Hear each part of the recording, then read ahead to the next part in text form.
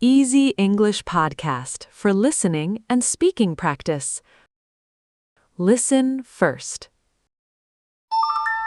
You already know the words for coffee. Latte, cappuccino, medium, large. So why does it still feel awkward when you're actually standing there ordering? Because knowing the words isn't the same as knowing how natives actually say them. That's exactly what we're fixing today. Welcome to Jake and Jenna English. I'm Jenna. And I'm Jake. Today we're going to listen to how a real native speaker orders coffee and then break it down together, piece by piece. So here's the thing. Most textbooks teach you something like, I would like a coffee, please, which is fine. It's polite, it's correct, nothing wrong with it exactly. But if you actually listen to someone ordering at a cafe in real life, it almost never sounds like that. No, not even close, honestly. It's messier. There's hesitation, there's casual freezing. Sometimes people even change their mind halfway through the order. That happens to me constantly, actually. I'll start ordering one thing and then just change my mind completely mid-sentence.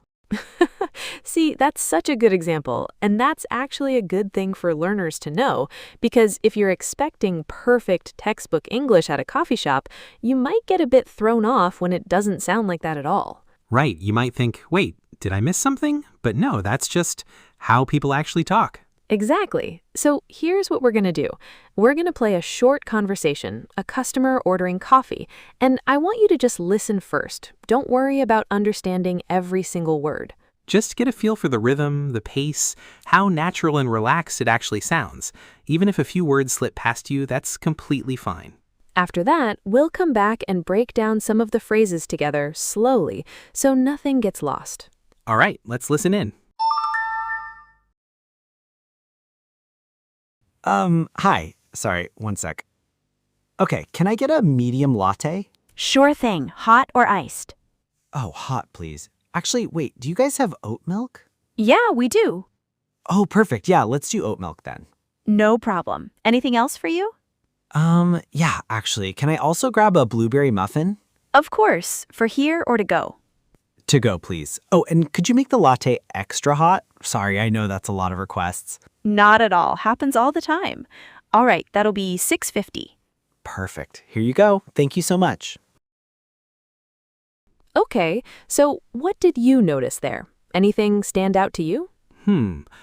Honestly, the first thing I noticed is that the customer paused a lot right at the start. Hi, sorry, one sec. Right, and that's so normal. That's the part I really want people to hear. People say things like, and one sec all the time when they're thinking. It's not a mistake at all. It's just how real speech actually works. Yeah, I think a lot of learners feel like they need to have the whole sentence ready before they even open their mouth. Exactly, but native speakers don't do that. They just start talking and figure it out as they go. That's actually kind of freeing to hear, honestly. Okay, what else? Oh, I liked the word grab, too. Can I also grab a blueberry muffin? That felt really casual. It is, and honestly, grab gets used constantly in everyday speech, not just for food either. You'll hear people say things like, let me grab my jacket, or I'll grab a seat, or even, can you grab that for me? So it's not really about grabbing something physically then. It's more just a relaxed way of saying get or cake. Exactly that. Small word, but it shows up everywhere once you start noticing it. That's a good one to remember. What about let's do oat milk then? That felt interesting too, the let's part especially. Yeah, that one's a nice one. It's a natural way to confirm a choice. Instead of saying something more formal like, I will have oat milk, people often just say, let's do this, even when they're only talking about themselves, not a group. Huh, I never really thought about that, using let's even when it's just you deciding something. Right, it feels friendlier somehow, less rigid. And there's one more thing I noticed too. The customer said, sorry, I know that's a lot of requests. That felt very polite, but also really natural at the same time. I caught that too. It didn't feel forced or overly formal. Definitely, and that's something worth remembering. When you're asking for a few changes to your order, adding a small apology like that just softens it, makes the whole thing feel more conversational, less like a demand. It's interesting because when you put it all together, none of these phrases feel forced or textbook at all. It just sounds like two people talking, naturally, without thinking too hard about it. Exactly. And that's really the goal today. Not to memorize one fixed sentence and repeat it exactly, but to notice these little natural patterns. So when you're actually ordering, it comes out relaxed instead of rehearsed. I think that's such an important shift in mindset, honestly. Moving from memorizing perfect sentences to just picking up on how people actually talk day to day. Completely agree. And the more you listen to real conversations like this one, the more these patterns start to feel automatic, almost without you even trying. All right, now let's move into speaking practice with Rachel. Speaking practice with Rachel. Hi, everyone. Welcome to Speaking Practice with Rachel. Before we start, here's how this works.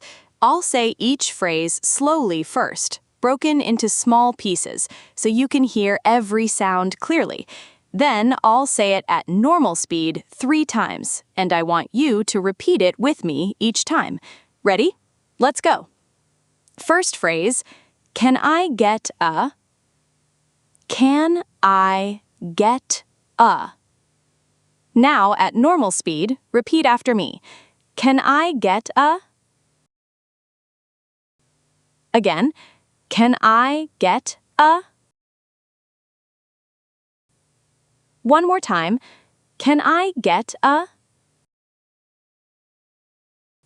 This is one of the most natural ways to start an order, much more casual than I would like.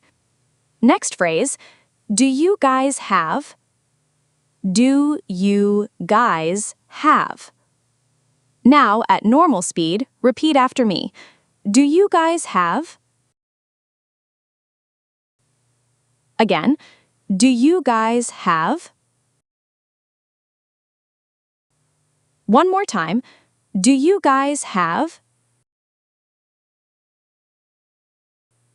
This is used constantly when someone is asking if a place offers something, not just in cafes. Next phrase, let's do that then. Let's do that then. Now, at normal speed, repeat after me. Let's do that then. Again, let's do that then.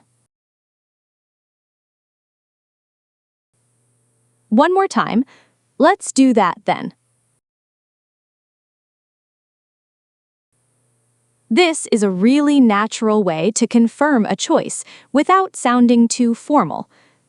Next phrase, can I also grab? Can I also grab? Now, at normal speed, repeat after me. Can I also grab? Again, can I also grab? One more time. Can I also grab? Remember, grab is just a relaxed way of saying get, and native speakers use it everywhere, not only with food. Phrase, sorry, I know that's a lot of requests. Sorry, I know that's a lot of requests.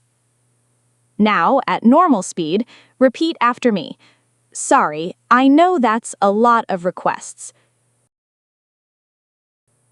Again, sorry, I know that's a lot of requests. One more time. Sorry, I know that's a lot of requests. Great job today. Let's recap. Can I get a? Do you guys have? Let's do that then. Can I also grab? And sorry, I know that's a lot of requests. If you enjoyed today's listening and speaking practice, go check out our last episode, Tell Me About Your Family. It's a great one to practice with next.